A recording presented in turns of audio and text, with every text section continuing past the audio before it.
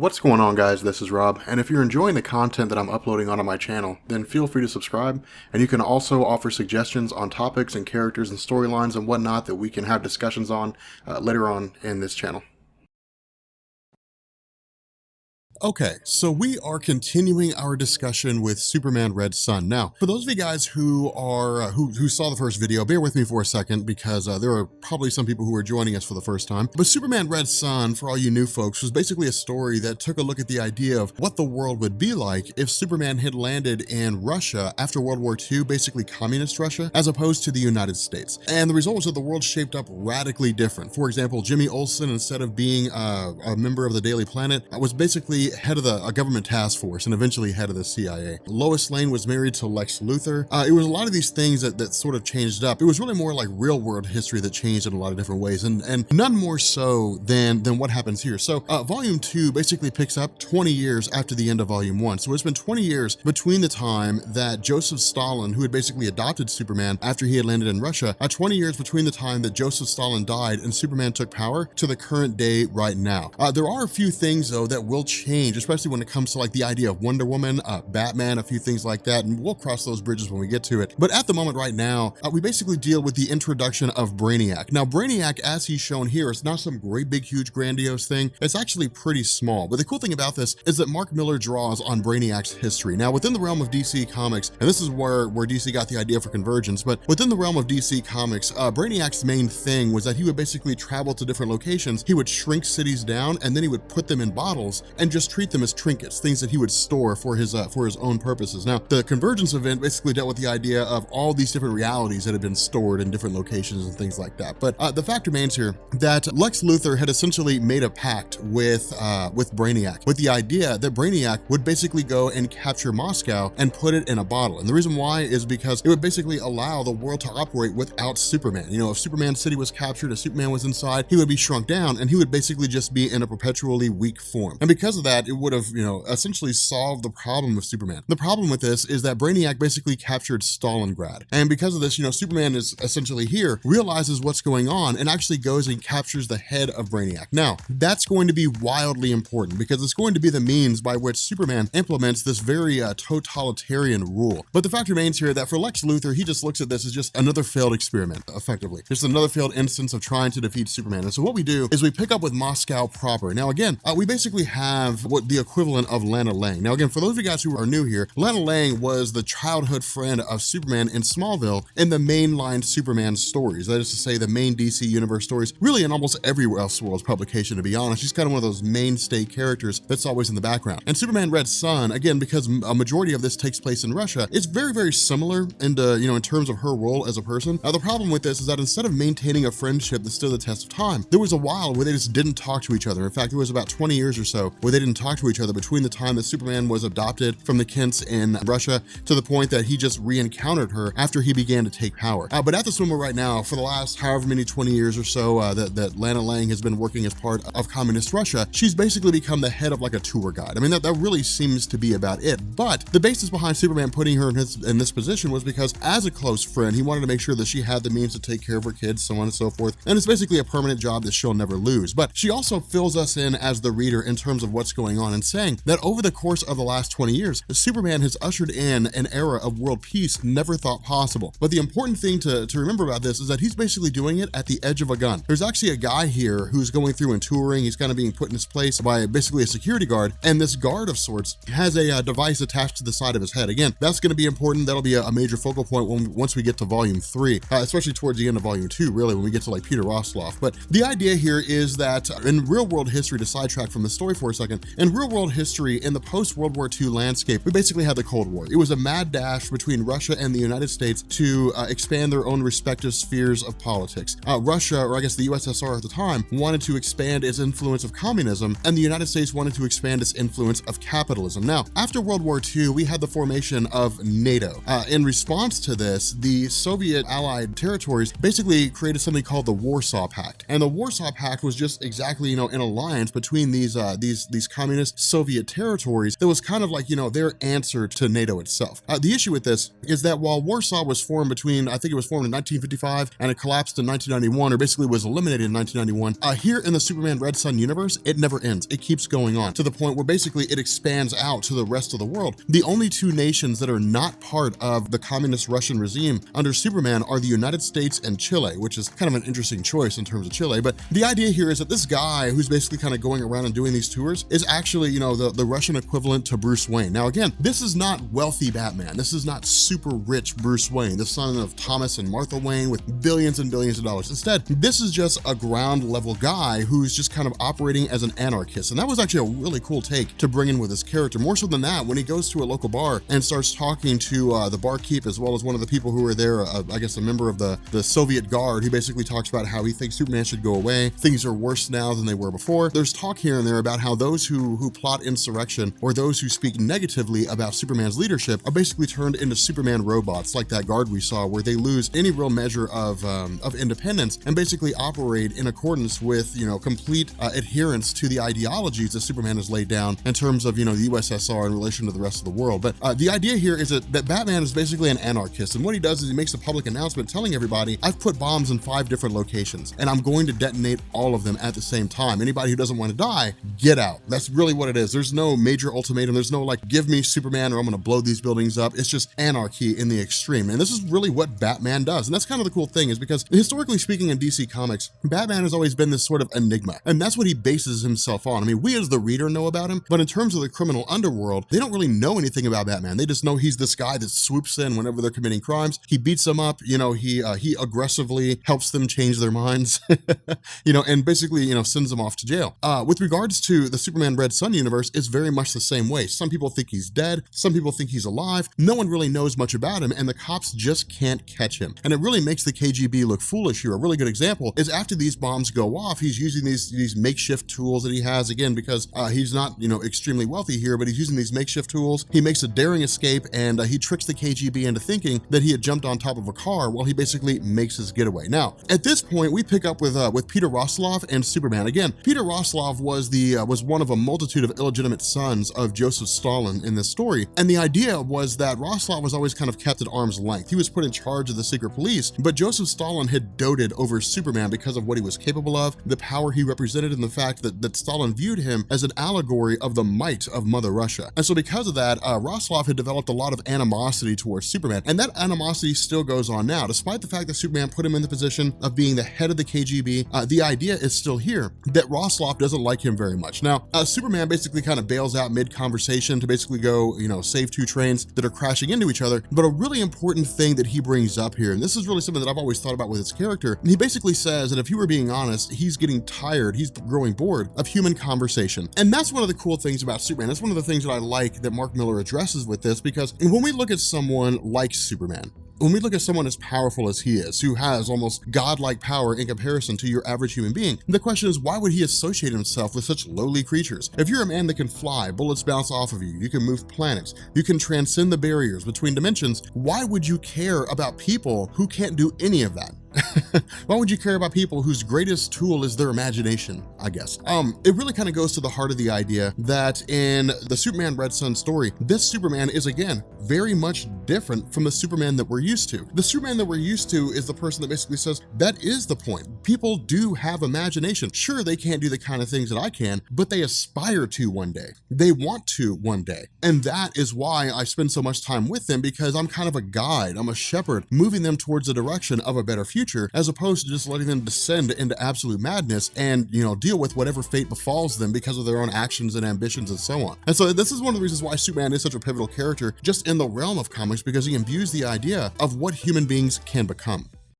Now, at this point, we switch over to Wonder Woman. Now, keep in mind, this is one of the cool things about her character is because, sure, she's been around for 20 years, or at least she's, been established as Wonder Woman for the last 20 years or so, but the Justice League was never formed. Because of the fact that the Justice League was never formed, a lot of the solo adventures of Wonder Woman never really took place. Instead, she spent a bulk of her life on Paradise Island, never really had a reason to leave, and so she never really explored herself to the fullest in terms of her powers, what she was capable of, that kind of thing. She does have a strong understanding in terms of her ability, abilities, you know, her strength in comparison to an average person, but pushing her very definition of self to the absolute limit, you know, finding her testing point for her, you know, her moral and philosophical breaking points was just never really a thing. And so because of that, what we're told is that Paradise Island had basically joined the ranks of Superman's regime and helping to bring equality, as he calls it, to the rest of the world. The caveat to this is that, you know, Wonder Woman is very much in love with Superman. I mean, she is extremely in love with him. Now, this is kind of cool with Mark Miller toying with this, because remember, Lois Lane is married to Lex Luthor, so Lois Lane's not part of the picture. He kind of, you know, danced around it earlier in the story, you know, in volume 1 when Superman met Lois Lane for the very first time, and there was a brief connection, and Lois Lane was talking about how it felt like they should be together, but he basically whisked off and the two of them never really talked again. And so because of that, you know, he basically says if anybody was going to get together, it would be Wonder Woman and Superman. But as we're going to see, things take a very, very dark turn. But for the most part, Superman views her as a very strong friend of his, in the sense that he basically says, you know, I will be here whenever you need me, you know, hit me up if you need anything. And, you know, yeah, we'll keep our friendship in that direction.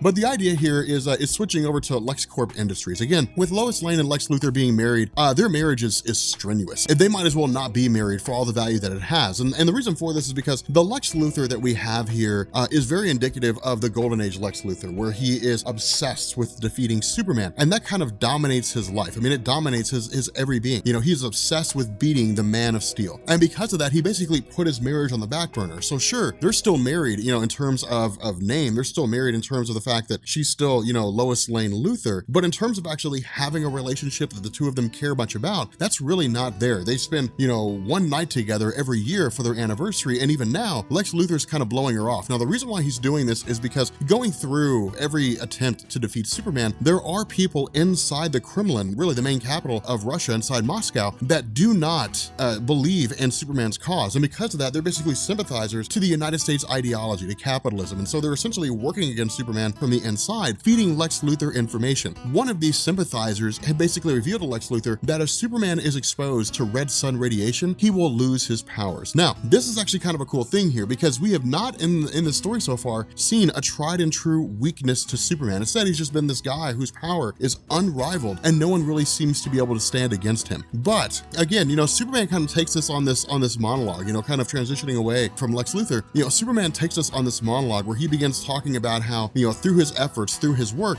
he had basically gone through and more or less forced the United States to kind of join his cause to a degree. Again, they're not fully on board, but he saw himself as a messianic figure in a lot of different ways. When the space race happened and there were space disasters, he was there alongside Wonder Woman to save him, you know, save these cosmonauts and these astronauts. This is really what's going on here, in the sense that Mark Miller is continuing to build this idea that Superman and Wonder Woman are a couple in every way except by any real official nature. And so Wonder Woman continues to fall in love with Superman. She continues to fall in love with everything he stands for, his kindness, his compassion, how much he cares about people, how much he believes he's doing the right thing in terms of creating a more structured and a more cohesive world. Now, from here, we switch back over to Peter Rosloff. And again, you know, Peter Rosloff has been talking about trying to find a way to get a hold of Batman, trying to find a way to talk to Batman, basically trying to bring down Superman. And the result is that while he's being chauffeured to, you know, his next location, whatever it happens to be, he's basically kidnapped by Batman, who's masquerading as a driver. And the result of this is that he basically sits down and starts talking to Rosloff. Now, keep in mind, during his younger days as part of the secret police, Rosloff had killed the parents of Batman. That's one of the reasons, that's really the reason why Bruce became Batman in the first place. And so there's a lot of anger here. There's a lot of hatred here,